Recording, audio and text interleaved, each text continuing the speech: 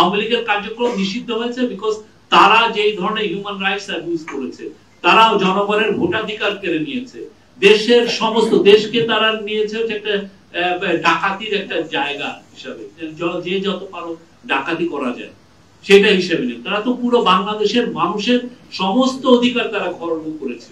তো সেটার আলোকে বাংলাদেশে যারা জুলাই অভ্যুত্থানে ছিলেন সমস্ত পার্টির সাপোর্ট ছিল এই আমাদের যে ডিসিশনের পিছনে।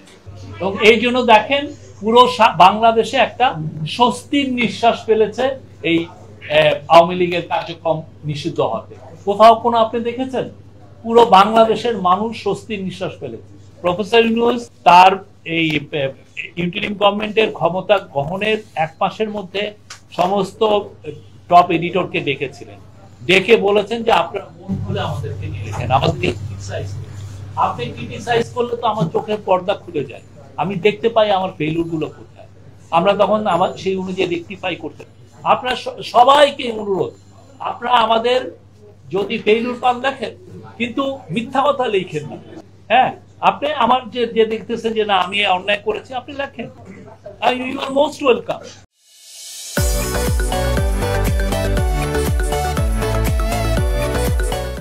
বর্তমান সরকার জনগণের সরকার, একটা রেভলিউশনের সরকার। আর গত সরকার আওয়ামী লীগের সরকারে আপনি যদি পার্থক্য না জানেন তাহলে তো সত্যিকার অর্থে আমি কি বলবো আপনারা, গত 15 বছরে কি পরিমাণ লুট করেছে আপনি দেখেছেন। একটা প্রো আওয়ামী লীগের একটা বিজনেসম্যান একা ইসলামী ব্যাংকের থেকে প্রায় 75,000 কোটি টাকা নিয়ে গেছে। আওয়ামী লীগের এমন কেউ নেই যাকে আপনি দেখবেন একজন কবিতা পাঠ করেন, উনি শুনেছি যে ফার্মার্স ব্যাংকের থেকে উনি 200-300 কোটি টাকা নিয়ে চলে গেছে। এটা বড় বড় গ্রুপ যাকে আপনি জিজ্ঞেস করুন সে 50,000 কোটি টাকা নাই। পুরো ব্যাংকিং সিস্টেম কলাপস হওয়ার মুখে। তারা গুম করেছে, খুন করেছে। গুম কত গুম হয়েছে বাংলাদেশের ইতিহাসে? গুম ছিল 3,500 লোকের মতো গুম হয়েছে, একটা বাচ্চা ছেলে পর্যন্ত গুম হয়েছে। তারপরে আপনি 3টা ইলেকশন, আপনি কবে ভোট দিয়েছিলেন আপনার মনে পড়ে? এটার সাথে এটা তুলনা করেন। ইন্ডিয়ার এরা খুবই ন্যাক্কারজনক ঘটনা। এতে বোঝা যায় যে ইন্ডিয়ান কর্তৃপক্ষ আসলে ফ্রিডম অফ স্পিচে কতটুকু ওনারা বিশ্বাস করেন। হ্যাঁ, আমরা এটা দেখছি। এবং যাদেরকে বন্ধ করে দেওয়া হয়েছে তাদের অনেকেই বাংলাদেশে এরা খুবই রেসপেক্টেড নিউজ পেপার বা ওয়েবসাইট বা টিভি স্টেশন। এবং এতে বোঝা যায় যে তারা আসলে সত্যকে নিতে পারছেন না, সত্য কথাকে আসলে তারা নিতে পারছেন না। এটা হচ্ছে আমার মতামত। এবং আমি মনে করি যে অনেকে আমাকে বলছে আমরা পাল্টা অ্যাকশনে যাব কিনা। আমাদের কোনো ইচ্ছা নেই পাল্টা অ্যাকশন। তাতে হবে কি, তাদের অ্যাকশনটাকে লেজিটিমাইজ করা হবে, তাদের অ্যাকশন। আমাদের এটা কোনো ইচ্ছা নাই। আর আমরা জানি তারা কি ধরনের তামাশা বিয়ে করেন। ইন্ডিয়ান মিডিয়া, ইন্ডিয়ান টিভি সত্যিকার অর্থে মানুষের কাছে তামাশা বিক্রি করেন প্রতিদিন।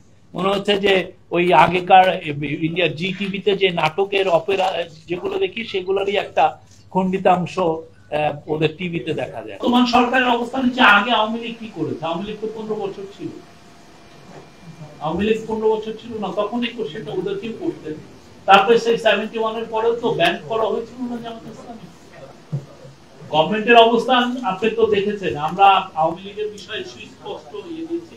আমাদের ইমিডিয়েট পাস্টে যা হয়েছে সেগুলো আওয়ামী লীগের যে অপকর্মগুলো আমাদের সামনে এসেছে আমরা সেই অনুযায়ী অ্যাকশন নিয়েছি। আর আওয়ামী লীগ তো সে আওয়ামী লীগই পেয়েছে।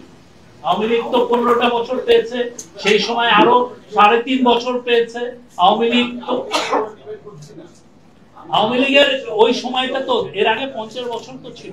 এটা তো সেই 71 এর কথা। আমাদের কি, আমরা হচ্ছে 24-এর অভ্যুত্থানের সরকার। আমরা 24-এর পূর্ববর্তী যে ঘটনাগুলো ঘটেছে সেগুলো নিয়ে আমরা ডিসিশন দিচ্ছি।